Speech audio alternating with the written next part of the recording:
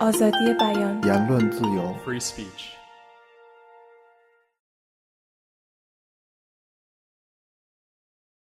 Corruption is a very, very complex issue in a country like India.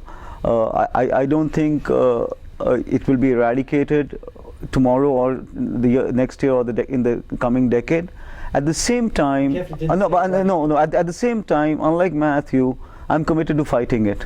Because I think you have to fight the good fight, and you have to continue to be a deterrent, because otherwise it would wash over you in ways you can't imagine. So at various levels, there are incredible public warriors in India who fight for all kinds of issues, including against corruption.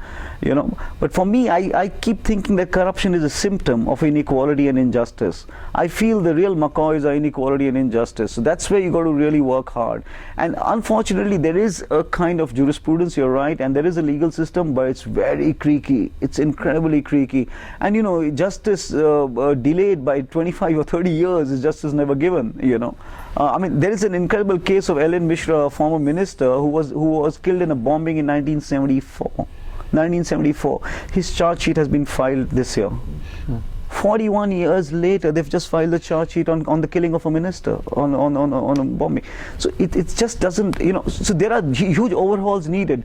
But at the same time, it's never easy to write of India or to talk up India in the same voice, because there are so many different organic processes that are going on, that while some people may be suffering or not getting what is due to them, there are others that may be rising and having things, because there are thousands of claimants to India today. About in Naipaul's famous phrase, 1 million mutinies now. So there are 1 million mutinies going on. You have ethnic conflict in the northeast, you have religious conflict in Kashmir, you have class conflict in the heart of India with the Maoists. So there are all kinds of different conflicts going on, where people are rising up against the takeover of their land, takeover of their waters, so and again, the way I see it as a triumph of the founding fathers, that they set in process a kind of institutional framework that today has brought the sense of entitlement to the poorest of the poor.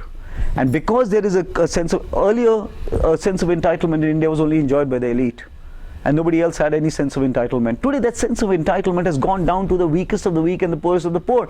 And out of that sense of entitlement, out of that knowledge that a part of this country also belongs to us, people are rising up all over the place. So we are going through a kind of crazy midlife crisis, and I just hope that we will emerge at the end of this midlife crisis a far kind of more finished and egalitarian society. And that process is on as I speak. It will be a stormy process. It is already a stormy process, and I think it will last another 10 years at least, as midlife crises do.